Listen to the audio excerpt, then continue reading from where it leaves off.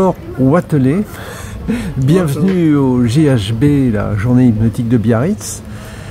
On se connaît parce qu'on s'était rencontrés à Issy-les-Moulineaux il y a à peu près un an, lors de la présentation de ton livre sur la communication thérapeutique, en fait une bande dessinée.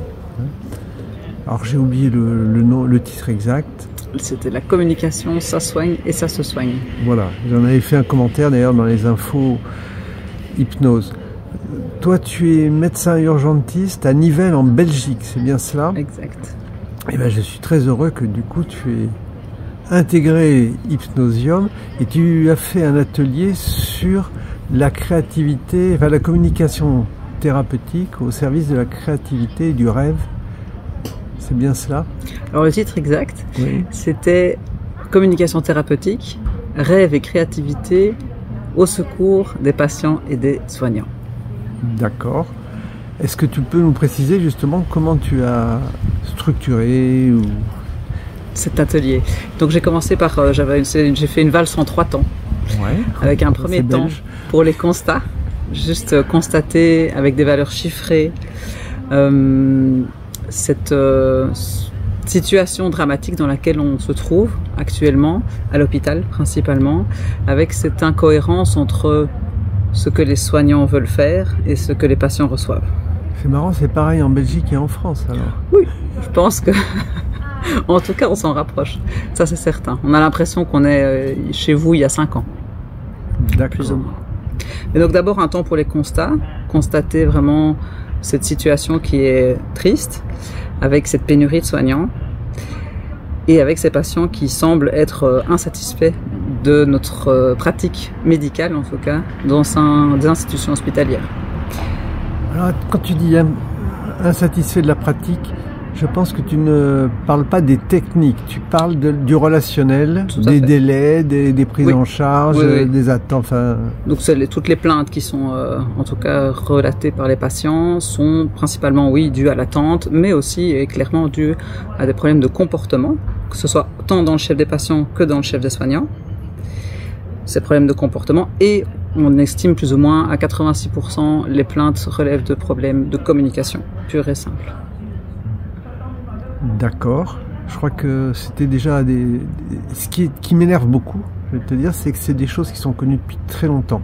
Par exemple, dans les erreurs médicales, ça se termine mal pour les médecins quand ils ne communiquent pas correctement, quand ils essaient de cacher, quand ils refusent d'expliquer, voilà.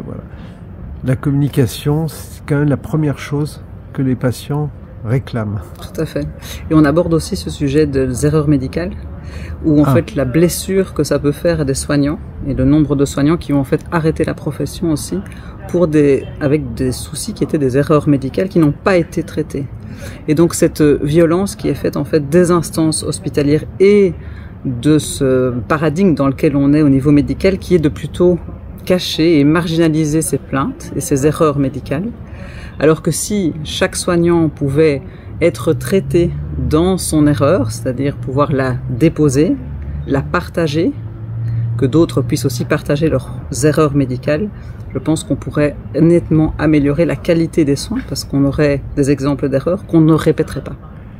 Et ça permettrait, je pense, aux soignants d'être traités et soignés dans leur métier. Ce qui permettrait pour moi d'augmenter la pérennité dans la profession, en tout cas aux urgences. Alors c'est important, c'est ce qu'on appelle la deuxième victime.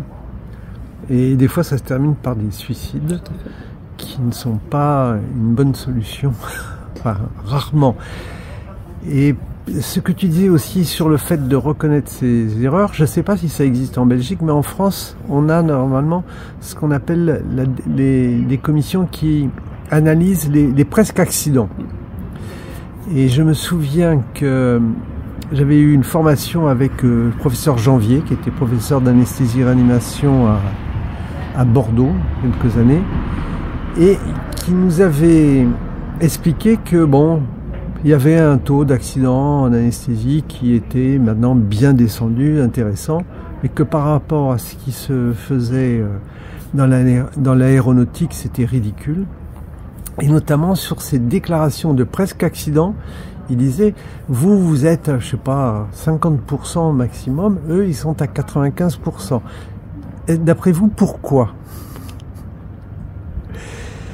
Et la réponse était lumineuse, c'est parce que eux, ils sont dans l'avion qui s'écrase, les soignants, les personnels navigants, tandis que vous, vous êtes dans la tour de contrôle qui regarde l'avion, c'est-à-dire le patient, s'écraser.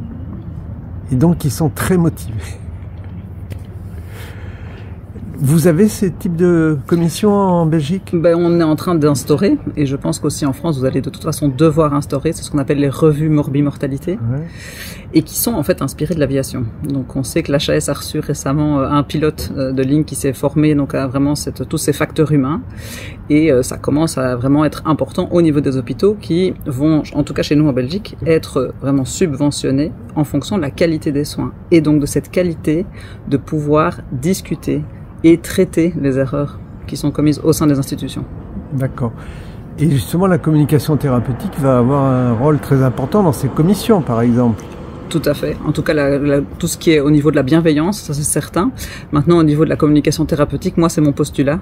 C'est vraiment de me dire que, en instaurant toutes ces valeurs qui sont issues en fait de l'hypnose médicale et qui est transmise par la communication thérapeutique, on va soigner autant les soignants que les patients.